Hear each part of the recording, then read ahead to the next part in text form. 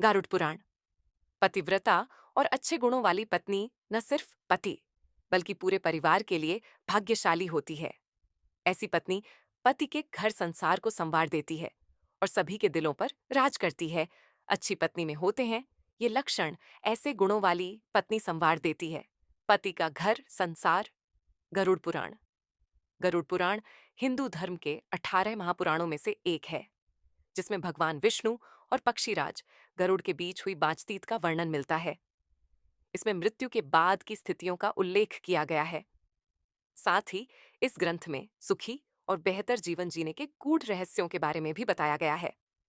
गरुड़ पुराण के नीतिसार में भगवान विष्णु की पूजा, व्रत, जप, तप, यागामी, नीति नियम और अन्य बातों का उल्लेख मिलता है, जिसका अनुसरण करने पर व्यक्ति सुखी व संपन्न जीवन को भोगता है। गरुड़ पुराण में स्त्री के खास गुणों, लक्षण, चरित्र और कर्तव्यों के बारे में भी चर्चा की गई है।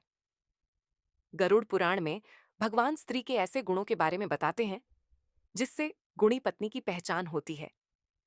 ऐसे गुणों वाली पत्नी पति का घर संसार संवार देती है और परिवार में सदैव खुशहाली रहती है।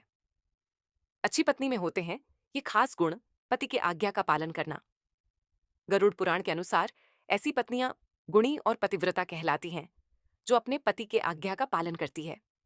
लेकिन यहाँ आज्ञा का पालन करने का अर्थ ये कतई नहीं है कि पति द्वारा कहे गलत चीजों को स्वीकार किया जाए, बल्कि ऐसी स्थिति में भी पत्नी का फर्ज बनता है कि वह एक बेहतर जीवन साथी की तरह अपने पति को सही गलत से परिचित कराए। गृहस्थी की देखभाल। विवाह के बाद पत्नी का यह कर्तव्य होता है कि वह अपनी गृहस्थी की सभी जिम्मेदारियों को भली भांति निभाए, और यह एक अच्छी पत्नी के गुण होते हैं। पति का सम्मान करना। पत्नी को अपने पति का सम्मान करना चाहिए।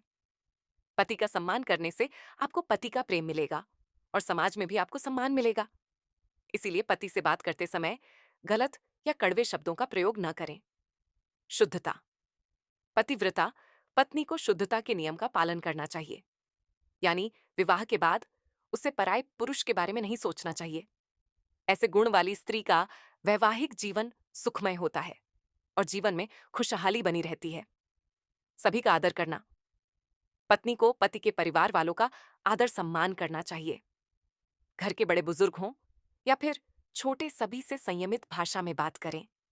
इससे स्त्री को अपने ससुराल वालों से प्रेम मिलता है और परिवार में सौहार्द बना रहता है।